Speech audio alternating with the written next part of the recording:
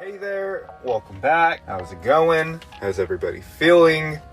Today we are coming to you with something a little different. I am coming to you with something a little different. I wanted to try out an idea that I've had for a while, where I wanted to try out a segment, a side hustle if you will, where I follow suit of the original recording where we played a game called Answer the Internet. The idea that I had is I would scour the interwebs and I would answer questions from Reddit. I really like Reddit. I read Reddit quite a bit in my off time, like I was saying. The idea that I had is to kind of pick out some things that I liked a lot from Reddit, see how I like them, save them, and just kind of go over them. So, without further ado,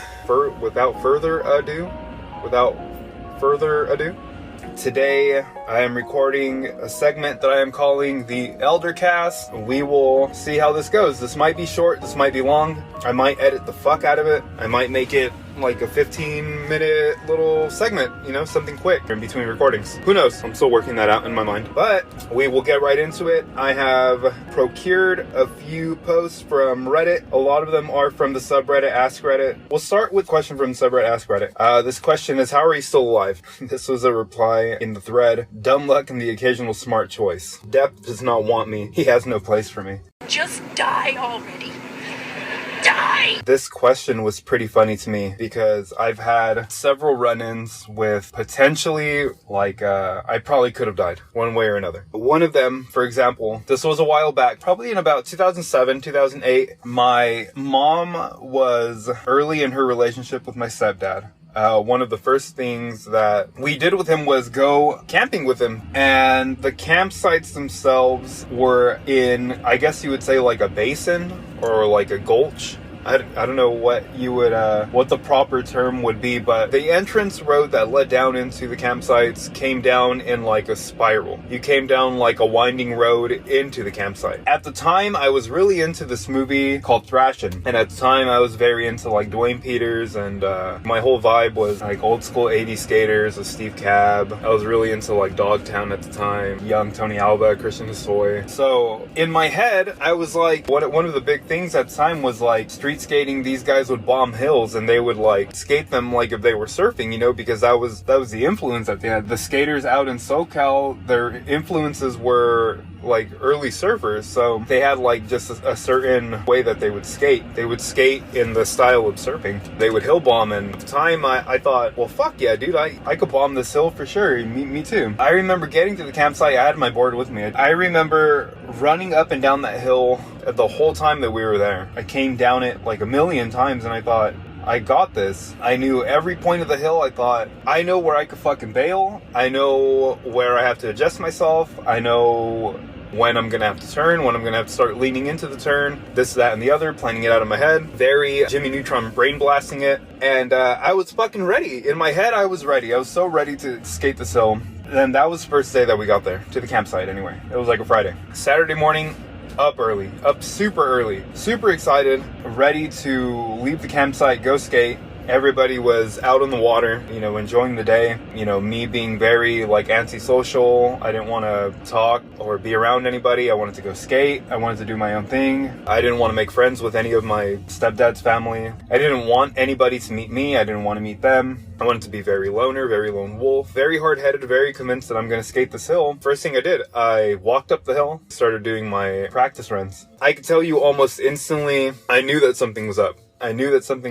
And in my head, I was already telling myself, wow, I'm gonna have to bail coming down this hill. I'm gonna have to bail. I need to know where I'm gonna bail out at, because I already know something's gonna go wrong. If this was Marvel's Endgame, I went full Doctor Strange, saw into the future, and I only had one chance at it. I'm coming down this hill without fucking up, honestly and truly. That was like my inner monologue going off, and on the outside, I was like, nah, I got this. It's cool. So I get to the top of the hill. I already feel really weird about it. Something isn't right, but I'm not gonna let myself not attempt the hill run. I go down the hill, about a quarter of a way down, I bail. And I'm thinking, damn it, I'm not gonna come down all the way. Trying to like psych myself up enough and encourage myself to be like, nah, like I can do this. I've been practicing it since yesterday. I have about, 6 hours total of skating this hill, thinking I'm going to come down it. I'm going to get it done. I'm just psyching myself out. I wasn't scared to attempt the hill, but fuck me if I think logic was in the way. And I knew, I'm not going to accomplish my goal. I think the logical side of my brain at the time was like, dude, we're not going to do it. The irrational part of my brain was very much in control, and I was like, I got this. I can do it. For sure I got this. I do it a few more times. 1, 2, skidoo, and my now stepbrother came up at one point and brought me some water and was like, hey, I came to see you come down the hill. Instantly, I was like, I can't, man. Sat my ass down. It was kind of like, I'll try it in a while. It's cool. I'll wait. It's a little hot. Sort of wiping my brow, drinking all the water. And cause I was like, well, fuck, man, now I got this audience. I don't want anybody to watch me come down a hill and possibly eat shit. I think he maybe got the hint, that, or he was like, oh, well, he just doesn't want to be friends with anybody. So he kind of gave me like, all right, man, I'll see you later, I guess, if you want to not, fucking crash down this hill. I'm thinking to myself, yeah, dude, for sure. Fuck yeah, do it. And so I waited for him to leave until he was out of sight. Finally, I just said, fuck it, dude. I stood up, I grabbed my board, I climbed the hill. It was windy at the top of the hill, but there was no wind at the bottom of the hill. So I thought, I'm cool. As soon as I got to the top of the hill, it seemed like I was looking down at the fucking earth. There was no way that I was gonna not have to bail out. I knew I wasn't gonna let myself bail out, because if I did, it was all, basically for nothing. But I knew, hey, I could just fucking turn around, walk back down to the campsite, join everybody like a normal person, hang out the rest of the fucking weekend, or I could try to come down this hill on a skateboard and, eat shit and die. So I took the ladder, and here I go, getting ready to go down this hill, psyching myself out. I look down the hill. It looks like what every opponent Charizard seismic toss back down to the earth. I felt that way. I thought, holy shit. Here we go. I let myself go. I pushed. I gave myself 2-3 pushes and got my bearings. I was going down the hill fine. I was a quarter of the way down. I was ready, damn near at the bottom. I felt the subtlest ASMR whisper on the back wheels of my board. I felt the trucks move, and then I felt the wheels move, and I felt just the tiniest little bit of, hey, you're gonna fucking die. And swear to God, when people say that time slows down, I think you just become hypersensitive to what's going on in the moment. That time really did. It slowed down. I could see the failure in front of me. Time slowed down. I looked at the hard cam. I broke the fourth wall. I felt very much like Wile E. Coyote walking off the cliff, looking at the camera and holding up the sign like help. I felt that way. 16-year-old me felt that way. And almost instantly, once I knew time went back into normal speed, I couldn't tell you what happened. I know I fell. I ate shit at some point. I could tell you that it was almost like, you turned off the light switch and turned it back on. I was at the bottom of the fucking hill. At the bottom of the hill, it curved. And I knew that if I couldn't make the curve, or if I caught it too wide, I was gonna bail. And I had a barrier there. And I knew approaching that curve, if I took it too wide, I could bail to let the board go, and I would at least run into the barrier. I could take the barrier on the shoulder, or I could run into it with my back or something. I knew that I had something that could stop me. I could brace myself and catch myself on that barrier. But if I missed the barrier, I was going just straight over a hill. And I was going to end up at the bottom of that hill. And probably hit a million trees on the way down. Some rocks, or hit some snakes, or hit a bear, hit a bobcat. Who knows? Fucking fall to my death. It didn't matter. That barrier was my saving grace. It also probably knocked me out. Like I said, light switch. I looked up, and I was looking at the fucking sky, and I can hear the wheels on my board just spinning. There was a small reflector almost sticking in the ground, probably as a marker. If you're coming down that hill at night, you can see that reflector. It was visibly just shaking in the ground, like if a goddamn earthquake went off. So I probably hit it. It knocked the wind out of me. I audibly gave that, ooh, that knocked out, that no air in your body, that sound anyway. Stood up.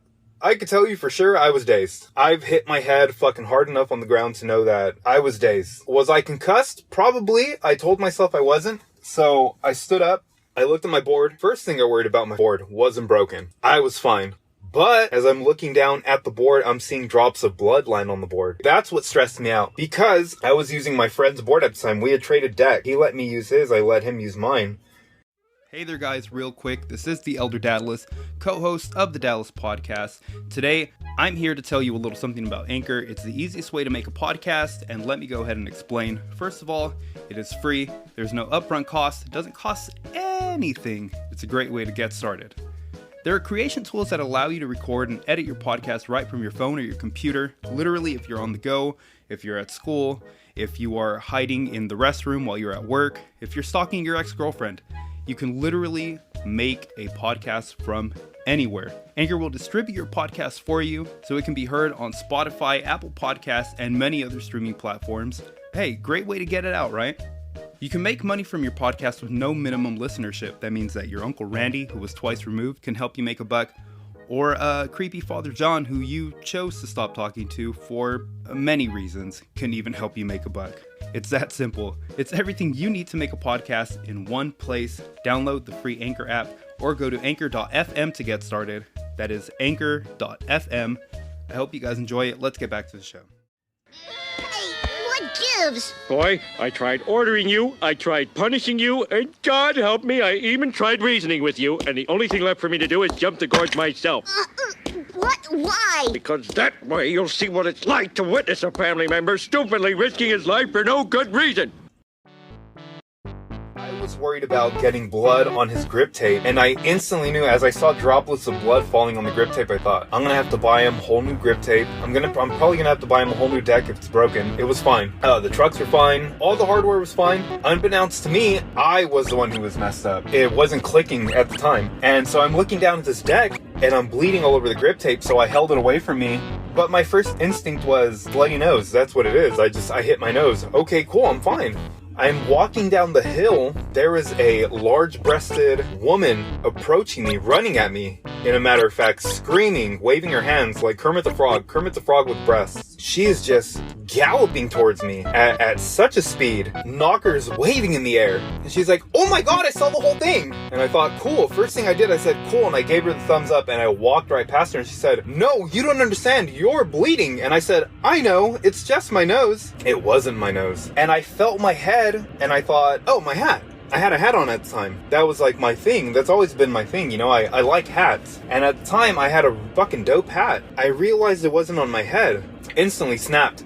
I gotta go get my hat. Turned back around, walked up the hill again. She's still she's following me, you know, she's trying to get me to stand still. And she runs down and she's like, no, honey, you have to stand still. And I thought, no, bitch, I gotta go get my hat. Walked right past her, walked up the hill, and she's grabbing at my shirt, she's trying to grab at my board, she's trying to get me to stop, and I pulled the board away from her. I really, aggressively, I pulled it away from her, I told her, hey, look out, I'm just gonna go get my hat, I'm fine, you leave me alone. I was getting mad because I didn't understand how beat up I was. Like I said, my irrational brain was in the driver's seat. This poor lady is over here trying to help me out. I'm fucking getting pissed at her, I'm getting pissed at her. And I walked back up the hill, find my hat, soaked in blood. And I thought, that's from my nose. Little did I know, the injuries that had occurred from the fall. And I look at my hat, it was an airbrushed hat that I had. And it was a really cool hat. That's what I'm trying to get at with that. That hat was really cool. I thought it was so fucking cool. I thought I was the coolest guy wearing it. It was his hat, Mr. Krabs. He was number one. And instantly ruined, soaked in blood. That's all I was worried about, the board and the hat. This is now my second time walking down the hill. This lady is still frantically running at me, trying to get me to stop, asking me who my mom is, asking me if I know my name. I'm at a loss for words because I'm like, lady, leave me the fuck alone. I'm just trying to go back to my campsite, dude. I'm fine. I'm looking down at myself. Everything's fucking bloody, dude. I had black Dickies on at the time, cut off Dickies. These fucking things, you could see the blood, just caking onto the short. My shirt caked in blood. My hat soaked in blood. The grip tape on the board, visibly bloody, which I was super stressing out about. I'm making my way down to the campsite. My stepbrother sees me. He's like, oh my god! Runs away. My stepdad's family, at the time, it was all the guys. I think they had gone to the store or something. And they came back, and they were in his truck. You gotta think, it's 5 older black dudes coming down the hill in this truck. And they stop and they go, oh no, that's D's son. And they roll down the windows and they're like, hey man, what happened to you? And I looked at them and smiled. And I gave him a thumbs up. I was like, nothing, I was skateboarding. I'll see you back at the campsite. And they're like, nah, man, we gotta get you to a hospital. You gotta get in. We gotta let Darius know. I don't know which one of my stepdad's family members it was. They opened up the door, and I think they saw the full extent of the damage as far as visibly how I looked. And just right away, they turn around and they're like, oh, you know what, man? Don't get in the truck. Just walk back down to the campsite. These fucking guys, much like myself with the skateboard, these fucking guys were like, oh yeah, dude, we gotta help him. And then they opened up the door and they saw how bloody I was and they thought, nah, you can walk. You're alright. Because they didn't want me to stain the interior of the truck. Instantly, I was like, I hate you guys so much. I mean, in hindsight, it's funny. But at the time, I was like, wow, fuck. And so at this point, the pain is starting to set in. I'm limping now back to the campsite. And I'm like, wow, like, I think I hurt myself a lot more. I thought the extent I bloodied my nose and I maybe like sprained an ankle or something. It was like far more than that. I'll get to it. I get down to the campsite and my mom is standing pale, just in the middle of the campsite and just yells, wails like Cedric Diggory's dad. And she's like, that's my son! What happened to you? What happened to your teeth? Show me your teeth! At the time, my mom was a dental assistant. This fucking lady was only worried about my teeth. She goes, show me your teeth! And I smiled at her, gave her a thumbs up. I was like, no big deal, dude. Chill out. She thought I was in a fight. Someone told her that 15 armed men approached me and were trying to take my skateboard. And, you know, they tried fighting me. I fought them off. One of the guys threw a punch first. I caught it. I broke his elbow, swept the leg, stomped the groin. That guy's done. Second guy had a katana, caught the katana between my hands, snapped it. Clink! Swept the leg, stomped the groin. Third guy got me from the back, socked me in the back of the head, called me a bitch. I turned around, slapped him in the face. Fox catch a 5, grabbed his balls, twisted. He went down. But then all the remaining guys, you know, got the better. But it was they caught me by surprise. My mom was under the impression that I had been beaten up for my skateboard. I wasn't. That wasn't the case. I fell down the hill. I told her, I was like, I just fell down the hill. It's fine. And she said, it's not fine. Look at your fucking face. She showed me in the reflection of like a little hand mirror, like for makeup. And I was like, holy shit, I'm in a lot worse shape than I thought. And she sat me down and they're pouring water over me. They're giving me towels. They're trying to clean me up. And right away, my mom's like, I ruined that trip for my mom. My stepdad was never going to like her because her dumbass kid fell down a hill on a skateboard. The trip was ruined. We were going to have to go home. She took me to the hospital and they asked me what happened. There was like 5 different stories involved with me falling down this hill. I told people I fell off a cliff. I got jumped, got attacked by a bobcat or a mountain lion. Whichever one's bigger. Mountain lion, probably it's a mountain lion. A lion, cat, whichever one's bigger. Whichever one makes me look better. So what I say, cliff, mountain lion, bear. A bear. I said I got attacked by a bear. Some guys beat me up and I got hit by a car. Those were like my 5 different stories that I was telling the whole time that we were in the hospital. We got to the waiting room. They checked me in. There was legitimately like a dying woman in the waiting room. The lady looked like shit. Lady looked like she was ready to die. This lady visibly and audibly sounded fucking terrible. And she looks at me and I'm thumbs upping the whole time. I gave her a thumbs up and I was like, hope you feel better. She probably died. I don't know. I don't want to, outkick my coverage, man. She probably died. I don't mean to laugh, but it's like, ooh, you look a little rough, buddy. And they take me in, the doctor asked me and I'm giving him all these stupid fucking answers. And she was like, you're in really high spirits. And I'm like, I am concussed, ma'am. Same thing with the doctor. He's like, wow, you were really happy. I'm like, I am in shock. I may pass out soon. Right away I did. They're cleaning me up. What ended up happening, my right calf, right below the knee, was split open and just badly scarred. I had a lot of tearing in the flesh along my calf and there was like substantial split. My eyebrow was split open. My lips were cut. My ass was scratched. My flesh was torn all up and down my body. I mean, my head had some lumps and some bumps. My face got scratched up. My nose was broken for like the 10th time. But other than that, I was fine, The worst thing about it, he says, we're gonna go ahead and stitch you up. Instantly fainted. Fainted like a girl. Fainted like a girl seeing James Dean for the first time. After that, they gave me smelling salt. And he's like, okay, we'll do liquid stitches along the large cut, but you can't walk on that leg. And then we're gonna add in staples. I said, fuck it. I'm scared of needles. Just go ahead. Shoot it. And they stapled me up. I was fine. Took a picture with me. Thumbs up. Smiles all around. And my mom looks at me and is like, that's one of the dumbest things that you've ever done. Turned around and looked at her and said, bet. We ended up going back to the campsite. We made it the full weekend. We had fun. I could tell you right now, it took me like a year to start skateboarding again because I was genuinely scared of just falling in general. we got it done. It was very cool. It was and still is probably one of my favorite moments in my life. I talk about it when I have the chance because it's a good icebreaker. It's a good conversation piece for me. It makes me seem more interesting because I'm not that interesting of a guy. I'm glad to share the story.